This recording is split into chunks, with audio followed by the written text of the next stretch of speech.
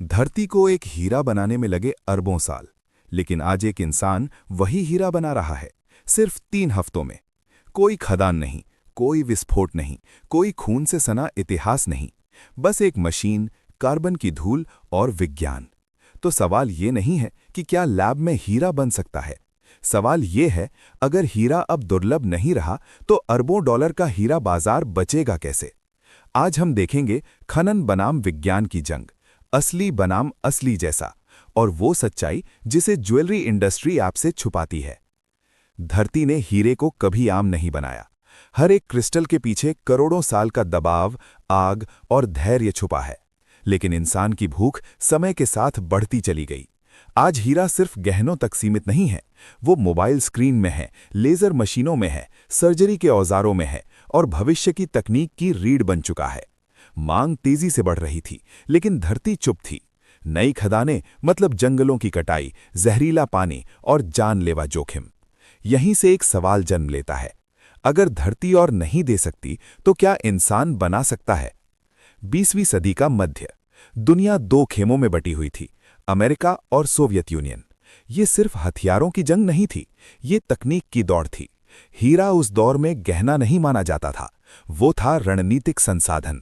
Missile के नुकीले हिस्से, टैंक की कटिंग, ब्लेड, लेजर सिस्टम, हर जगह हीरे की जरूरत थी। लेकिन समस्या वहीं थी, प्राकृतिक हीरा सीमित था, खनन महंगा, धीमा और अनिश्चित। 1950 के दशक में पहली बार वैज्ञानिकों ने एक खतरनाक सवाल पूछा, अगर प्रकृति दबाव और गर्मी से हीरा बनाती है तो क्या हम वही हालात दोहरा सकते हैं। शुरुआती प्रयोग असफल रहे। कई बार सिर्फ काला कार्बन मिला, कई बार क्रिस्टल बने, लेकिन इतने छोटे और अशुद्ध कि किसी काम के नहीं। दुनिया ने इन प्रयोगों को वैज्ञानिक सनक कहा। ज्वेलरी इंडस्ट्री हंसी। अखबारों में लिखा गया, प्रकृति की नकल इंसान कभी नहीं कर सकता। लेकिन प्रयोगशालाओं में काम रुकता नहीं है। वहां असफलता अंत नहीं होती, वो अगला रास्ता दिखाती है। इन्हीं असफलताओं के बीच वैज्ञानिकों ने दबाव को और बढ़ाया, तापमान को और सटीक किया और कार्बन के व्यवहार को परमाणु स्तर पर समझना शुरू किया। ये कोई गहनों की कहानी नहीं थी, ये था प्रकृति के सबसे गहरे रहस्य को खोलने का प्रयास। और धीरे धीरे पहली बार मशीन के भीतर एक असली हीरे का बीज जन्म लेने लगा। वैज्ञानिकों ने एक बात साफ समझ ली थी, हीरा किसी जादू से नहीं बनता, वो बनता है दबाव और आग से। तो अगला कदम सीधा था, धरती जैसी परिस्थितियां बनाई जाएं। इसी सोच से जन्मी एक क्रांतिकारी तकनीक, HPHT, high pressure high temperature. ये कोई साधारण मशीन नहीं थी, ये एक ऐसी स्टील की कोठरी थी जिसमें लाखों टन का दबाव डाला जा सकता था। अंदर रखा जाता था एक छोटा सा कार्बन स्रोत, धातु का कैटलिस्ट और बीच में एक डायमंड सीड। फिर मशीन बंद होती, दबाव 5 से 6 लाख वायुमंडल तक पहुंचता, तापमान 10,500 डिग्री सेल्सियस से ऊपर चला जाता। ये वही हालात थे जो धरती के 200 किलोमीटर नीचे मिलते हैं। घंटे नहीं, दिन नहीं, हफ्तों तक मशीन चलती रहती। और फिर एक दिन जब मशीन खोली जाती तो अंदर कुछ बदल चुका होता। कार्बन के परमाणु धीरे धीरे एक सटीक क्रिस्टल संरचना में जुड़ चुके होते।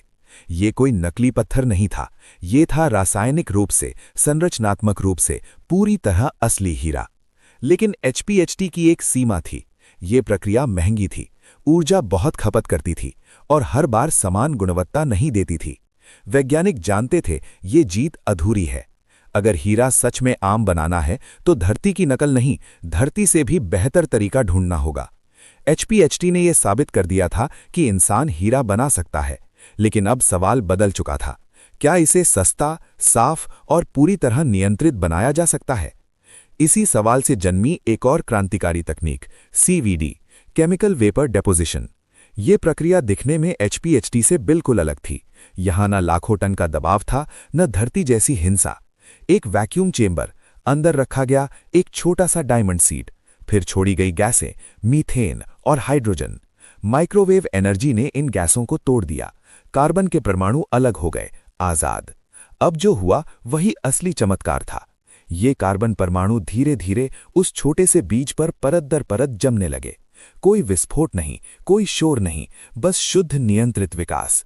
दिन बीते, हफ्ते गुजरे और एक समय पर एक पारदर्शी चमकता हुआ हीरा उभर आया।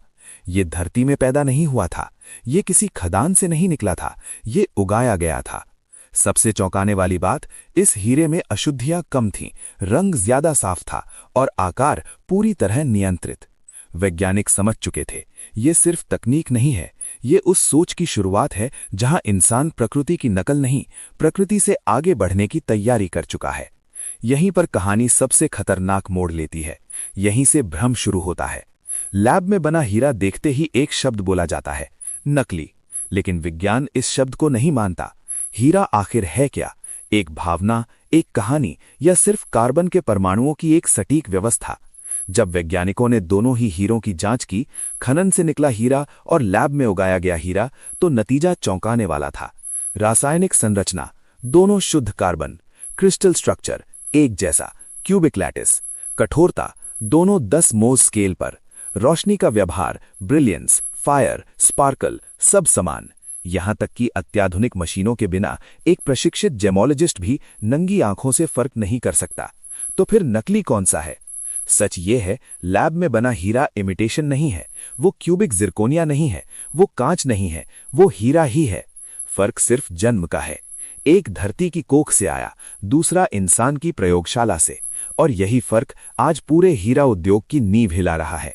क्योंकि अगर हीरे की पहचान उसके जन्म से नहीं, उसके गुणों से होगी, तो फिर सवाल उठेगा, कीमत किसकी ज्यादा होनी चाहिए? जब तक लैब में बने हीरे छोटे थे, दुर्लभ थे और प्रयोगशालाओं तक सीमित थे, तब तक कोई खतरा नहीं था। लेकिन जैसे ही लैब डायमंड बड़े होने लगे, ज्यादा साफ होने लगे और सस्ते होने लगे, बाजार की नींद टूट गई। आज एक लैब ग्रोन हीरा 30 से 60% कम कीमत में मिल सकता है। वही चमक, वही कठोरता, वही लुक। यही वो पल था जब पारंपरिक हीरा उद्योग को पहली बार डर महसूस हुआ, क्योंकि हीरे की कीमत कभी सिर्फ पत्थर से तय नहीं हुई, वो तय हुई स्केर्सिटी से, और लैब डायमंड इस कमी को खत्म कर रहा था। बड़ी ज्वेलरी कंपनियों ने शब्दों का खेल शुरू किया, natural diamond, real diamond, earth mind diamond, और दूसरी तरफ लैब डायमंड को कहा गया मैन मेड, आर्टिफिशियल, ऑल्टरनेटिव। लेकिन सच्चाई ये थी, ग्राहक बदल रहा था। नई पीढ़ी कीमत पूछ रही थी, पर्यावरण पूछ रही थी और नैतिकता पूछ रही थी। भारत, चीन और अमेरिका में लैब डायमंड फैक्ट्रियां तेजी से बढ़ने लगी। ये सिर्फ तकनीक नहीं थी, ये अरबों डॉलर इंडस्ट्री वॉर थी, जहां हारने वाला पीछे नहीं, इतिहास में चला जाता। हीरे की जंग अब खदानों और लैब्स के बीच नहीं रही, ये जंग पहुंच चुकी है लोगों के दिल और दिमाग तक। नई पीढ़ी के लिए हीरा सिर्फ चमक नहीं है, वो सवाल पूछता है, ये कहां से आया, किस कीमत पर आया और किसकी जिंदगी बदल कर आया। दशकों तक ब्लड डायमंड एक ऐसा सच था जिसे देखा गया लेकिन अनदेखा किया गया। अफ्रीका की खदानें, बाल मजदूरी, हथियारों की फंडिंग, इन सब के बीच हीरा प्यार का प्रतीक बना रहा। लेकिन अब इंटरनेट और जानकारी के दौर में ये अनदेखा करना मुश्किल है। लैब में बना हीरा ये दावा करता है, कोई खून नहीं, कोई जंगल तबाही नहीं, कोई जानलेवा खदान नहीं। यही वजह है कि आज का युवा ग्राहक दुकान में पूछता है, नेचुरल है या लैब ग्रोन? ये सवाल बिक्री से पहले पूछा जा रहा है, और यही सवाल पूरे उद्योग को असहज कर रहा है। परंपरा कहती है धरती का हीरा ही असली है। विज्ञान कहता है असली वो है जो नैतिक और टिकाऊ हो। ये सिर्फ पसंद का फर्क नहीं, ये मूल्यों की लड़ाई है, और इस लड़ाई में फैसला धीरे धीरे भविष्य के पक्ष में झुक रहा है। हीरा चमकता है, लेकिन उसके पीछे जो छाया होती है वो अक्सर दिखाई नहीं देती। खनन से निकला हर हीरा धरती से एक कीमत वसूलता है। जंगल काटे जाते हैं, जमीन को सैकड़ों मीटर तक खोदा जाता है, लाखों लीटर पानी जहरीले रसायनों से भर जाता है। एक अनुमान के अनुसार 1 कैरेट प्राकृतिक हीरा निकालने में 400 टन से ज्यादा मिट्टी हटाई जाती है। ये सिर्फ जमीन की बात नहीं, ये कार्बन फुटप्रिंट की भी कहानी है। भारी मशीनें, डीजल, लंबा ट्रांसपोर्ट नेटवर्क, धरती हर हीरे के साथ थोड़ी और थक जाती है। अब तुलना कीजिए लैब ग्रोन हीरे से। कोई जंगल नहीं, कोई विस्फोट नहीं, कोई नदी जहरीली नहीं।